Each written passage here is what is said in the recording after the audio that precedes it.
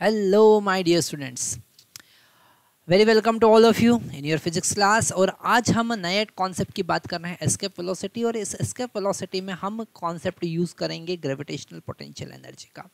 हम concept use करेंगे conservation of mechanical energy का। ओके, तो उसी से रिलेटेड हमारे पास में एस्केप वेलोसिटी का कॉन्सेप्ट आता है। एस्केप वेलोसिटी का मतलब क्या, पहले हम समझ लेते हैं। जैसे हमारा अर्थ है, ओके, हमको पता है अर्थ और इसका रेडियस हमको पता है।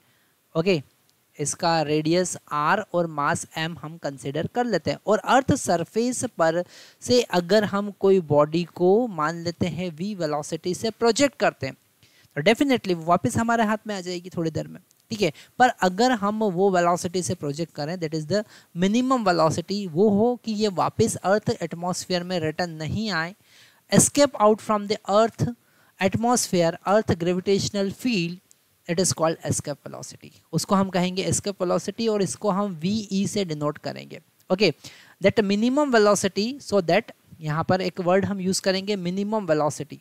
ओके, क्या यूज करेंगे? Minimum velocity, minimum velocity with which any body projected, any body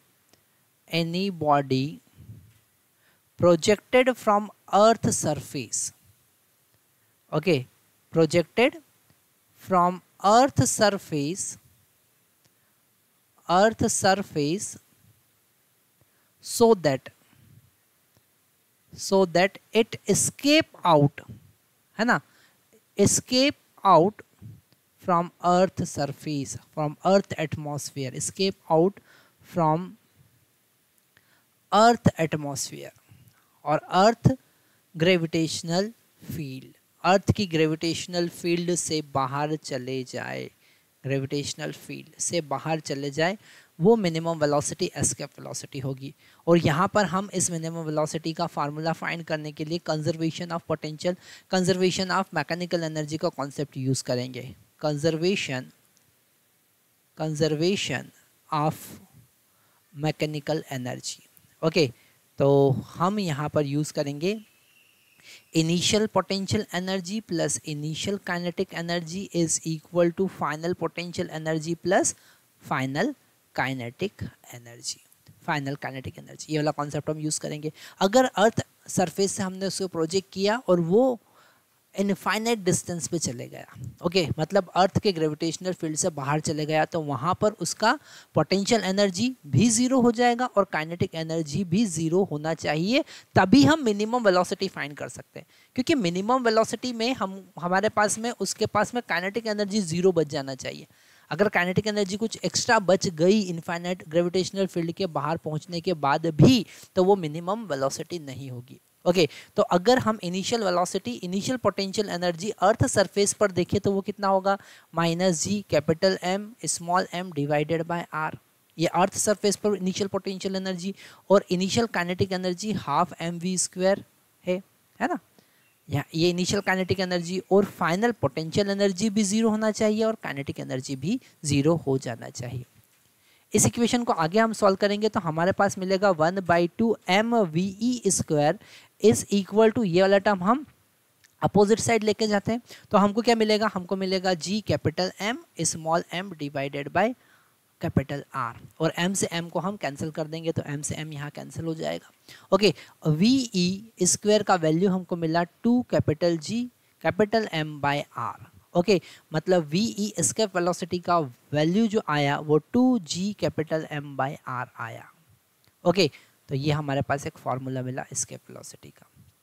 okay, इसको हम और मॉडिफाई कर सकते हैं, इस फार्मूले को हम और मॉडिफाई कर सकते हैं। हम यहाँ पर इसमें कुछ चेंजेस करेंगे। हमारे पास में g is equal to G capital m by R square होता है, तो हम यहाँ पर इस जी एम को क्या लिख सकते हैं, हम यहाँ पर जी एम को लिख सकते हैं small ji into are square. Okay, क्योंकि जी का वैल्यू हमको पता होता है, तो जी E is equal to root 2 ji are square divided by are, और ये कैंसिल करेंगे तो हमको मिलेगा root 2 small ji are. That is the value of the formula for the escape velocity.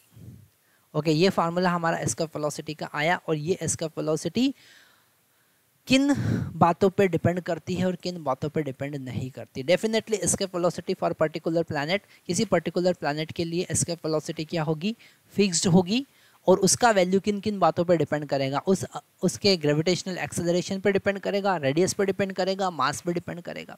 Okay, तो यहाँ पर हम कुछ पॉइंट्स लिख सकते हैं। पहला पॉइंट हम लिखेंगे, क्या लिखेंगे कि एस्केप वेलोसिटी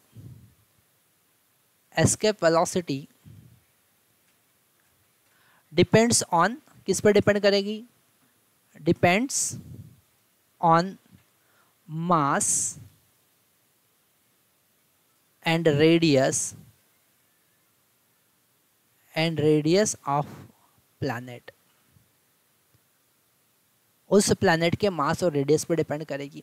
ओके, दूसरा बात हमको यहाँ पर समझना है कि एस्केप वेलोसिटी बॉडी के मास, जिस बॉडी को हम प्रोजेक्ट कर रहे हैं, जैसे स्पेन को हमने प्रोजेक्ट किया तो स्पेन के मास पर डिपेंड नहीं करेगी। अगर हमने कोई स्टोन को प्रोजेक्ट किया तो स्टोन के मास पर डिपेंड नहीं करेगी। Does not depend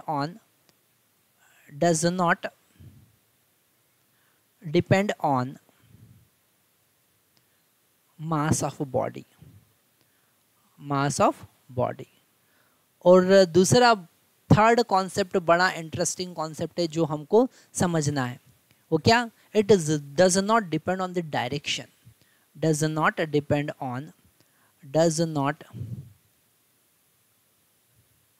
depend on direction of projection. Okay, direction of projection के डायरेक्शन पे डिपेंड नहीं करेगी। मतलब अगर हमने उसको यहाँ से ऐसा हॉरिजॉन्टल प्रोजेक्ट कर दिया, वर्टिकल अपवर्ड प्रोजेक्ट कर दिया, थीटा एंगल पे प्रोजेक्ट कर दिया, तो भी वो अर्थ सरफेस से, अर्थ एटमॉस्फेयर से बाहर निकल जाएगी, अर्थ ग्रेविटेशनल फील्ड से बाहर निकल जाएगी, वापस रिटर्न नहीं करेगी। तो ये तीन कॉन्सेप्ट एस्केप वेलोसिटी से रिलेटेड आपको याद रखना है, और फार्मूला याद रखना है, that is VE is equal to √2GR। Okay, next question, next lecture में हम बात करने वाले हैं एस्केप वेलोसिटी से रिलेटेड न्यूमेरिकल की, क्योंकि हम यहाँ पर जेई के जितने भी ग्रेविटेशनल चैप्टर के कॉन्सेप्ट देखेंगे वो जेई के न्यूमेरिकल की हेल्प से ही देखेंगे।